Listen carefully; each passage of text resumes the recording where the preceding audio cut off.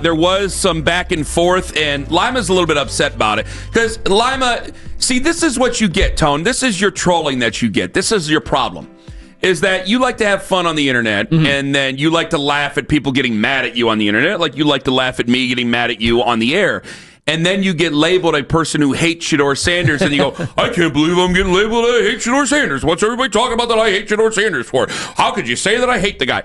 Well, you get it blamed right on yourself. Are you saying I play the victim? Yes. And man. And so when you're about to make... Turnabout is fair play, isn't it? When you're about to make the point you're about to make, or when you make the point you're about to make, you can't be mad when people just don't believe you. Now, I believe you because I know you better than that, but if they only know you from clips on the internet going after Shedeur Sanders fans, they're not going to believe you, Tone, but go right on ahead. You might have a point. Okay, so I have my monitor shifted so Ken can see it, and I saw a lot of this yesterday because, everybody went wild. Mark Henry, the eighth wonder of the world? Everybody went wild on the Judy play, a play that doesn't define him, but we have 99 other plays that certainly define him as a Cleveland Brown.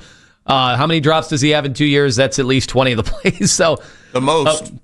Yes. Yeah, there's plenty of reasons to hate Jerry Judy. I called this a great defensive play. I don't want to hate him. I mean, I'm like, there are 100 plays that I would rip Jerry Judy for before this one, but this was the one that obviously got the acclaim because they had no shot to win the game once. That was an interception.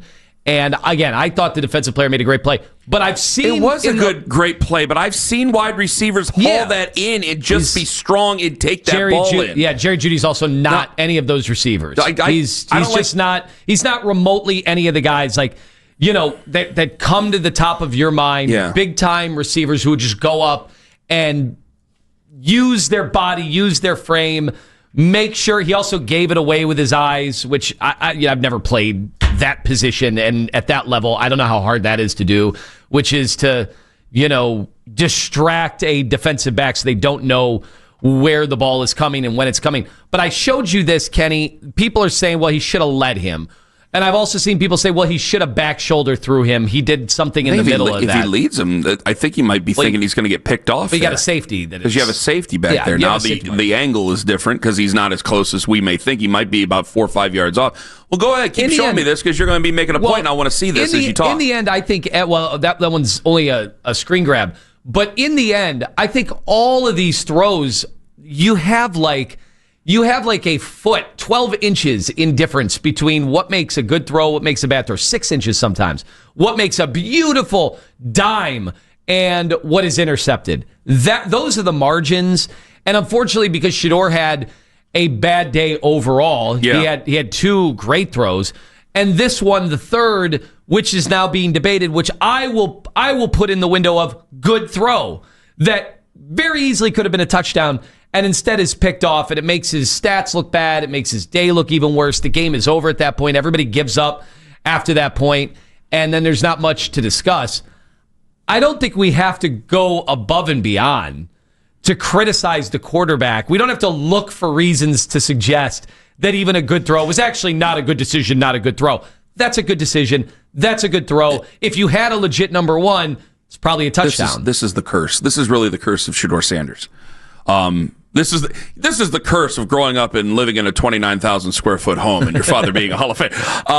But this is honestly what makes being Shedeur Sanders tough in the NFL. And he's going to have to continue to be just bullet strong over the next 3 weeks because it's that right there. See, you're fair. As much as people don't believe you are, I think you're fair. I think that some people overcompensate because they don't want to be called unfair.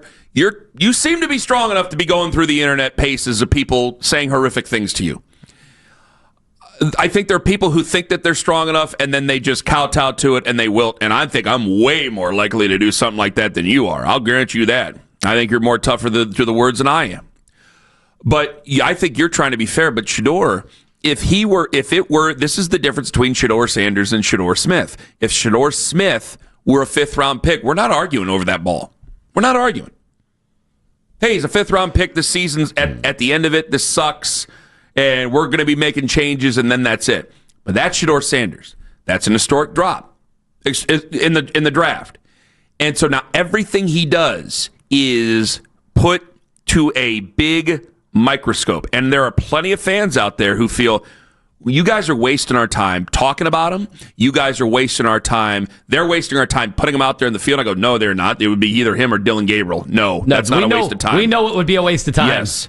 So I think there are people who feel that way, and then they get worked into get worked into the internet stuff. And so now we're arguing things that, I mean, that's about as good a ball as you're going to throw. Yeah. If Mahomes made the same throw, and I know that that's a legend, but if you had a lot of guys make the same throw, if he throw that as a rookie, I'm like, hey, haul that in. You say, you're a wide receiver. You're giving your wide receiver a chance. Haul that in. That's what you say. I'm like, and I'll tell you this. This is for context to it as well.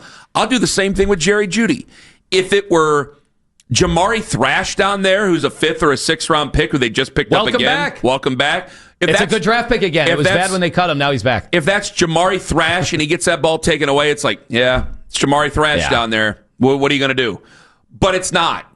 It's the guy you traded a second rounder for and then paid. And it's the guy that people in Denver were talking trash about before he went out the door. It's the guy the national media was getting into it with. Steve Smith and all those people were getting into it with. And this is just another indication. Because if I'm watching this, guys, a legitimate number 1 wide receiver is taking that ball.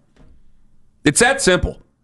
You really think like Jeremiah Smith when he comes out, Jeremiah Smith, the pipes he's got, you think he's letting anybody else get that ball? Right. Ain't happening. Jeremiah Smith gets that ball. Well, Jeremiah Smith's going to be a legend. Go around the league. Go around the league. Now, I'm sure there are a couple examples of guys being able to knock balls out of great wide receivers' hands.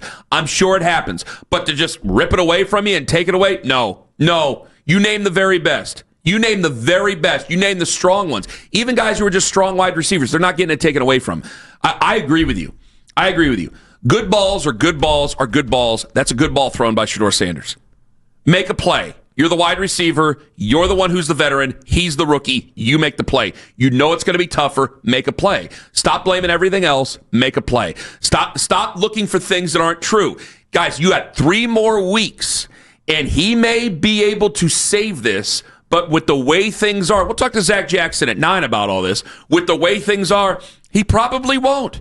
So if you're waiting for the other shoe to drop and you're trying to be nasty about it, there's still 2 other picks to go at. There's still a game where I think he held on to the ball a little bit long because he was looking for guys to throw to.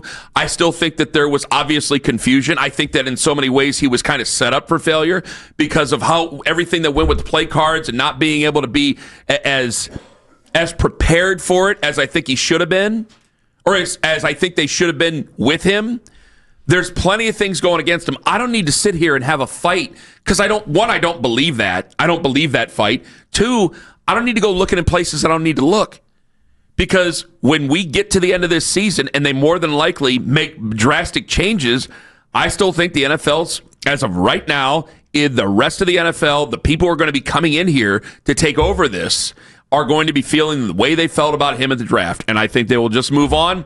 And I feel that a lot of us will have wasted our breath about this, which might be fortunate, might be not.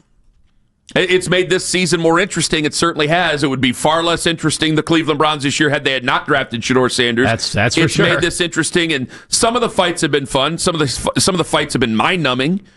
But I think that by the time next season comes around, as the way I see the Cleveland Browns right now, Lima, I just don't know if he's going to be a part of this franchise because of new people coming in, and I feel that I'm not going to sit here and try to rip this guy because, 1, I did like him coming in, and 2, that's to me that's petty. That is not real. That's a good football. Catch the damn ball. You're supposed to be the number 1 wide receiver for this football that's why team. If he's able to somehow survive all of this mess this year, the offseason that's coming, which could be very messy, and then an introduction of a new head coach, maybe a new regime. If he's able to pull that off, then it is legendary, as his fans like to say. That would be all-time legendary if he's able to do that. But I just don't know if he's got the time that's needed for him to be able to prove it. Had he had started against the Minnesota Vikings, which is something I agree with people wholeheartedly about, had he had started against the Minnesota Vikings instead, maybe he would. But I don't know because of the setup if he's going to get enough natural time to do it.